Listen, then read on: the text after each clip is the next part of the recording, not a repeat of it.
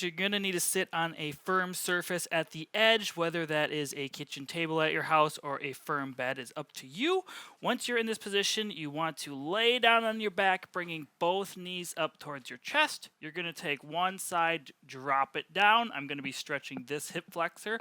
Once I'm down here, I'm going to bend my knee, and you'll notice once I bring this knee towards my chest, you can see my tightness coming because my hip flexor will probably pop up a little bit. If you're not feeling much of a stretch here, you may have to scoot your bottom more towards the edge of the bed to let more of your leg go off. Now, it's important to remember to keep this leg in a straight line. Do not let it go out like that. It's not going to stretch the hip flexor muscles. We're going to hold this for roughly 30 seconds. Reset the back with both knees to the chest, and then drop the other side. Again, hold for 30 seconds, breathe through it. You may notice one side is tighter than the other. Maybe do 3 sets of 30 seconds on one side, and the other side you only have to do 2. Now, I want to make sure that it's very clear that this knee, the knee that's not being stretched, needs to be pulled up. Because if you don't do that and you allow that to come down, that's going to allow your back to arch, and it's causing that pain that we don't want to cause. So that's very critical. This is up, and then you just relax this leg and let that stretch that hip flexor. So what you're going to do is lift one leg up into the air. You're not going to go all the way up like a true glute pump exercise. You're going to pick a spot in between, down on the ground and all the way up, and you're going to do little oscillating movements.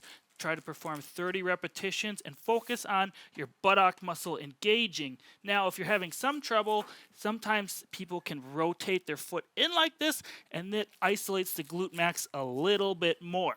So once you can do 30 repetitions total on each side and you feel comfortable with it, to progress, you would simply place a cuff weight on the back of your thigh like Brad is showing here. And then you perform the same exercise with some more weight. Rick himself said he has a 70-year-old lady doing this with hip pain, and it solved it. Wow, excellent job. So this is a standing option for the same exercise, working the same muscle for the same reason. That's a lot of the sames anyways. Let's go. You put your hands on a countertop, works well, or a table. You can go to your forearms. I'm going to do it on my, because this is short, I'm doing it on my hands. To the same thing, we're going to put a 90-degree bend or so in the knee, okay? And then I'm going to bring up to the mid-range. Again, not way up here, not down here, right in the middle, working that oscillation type of motion. 30 of those, and again, rotate this way and do it to isolate that glute max even more, and I can definitely feel that muscle working more now.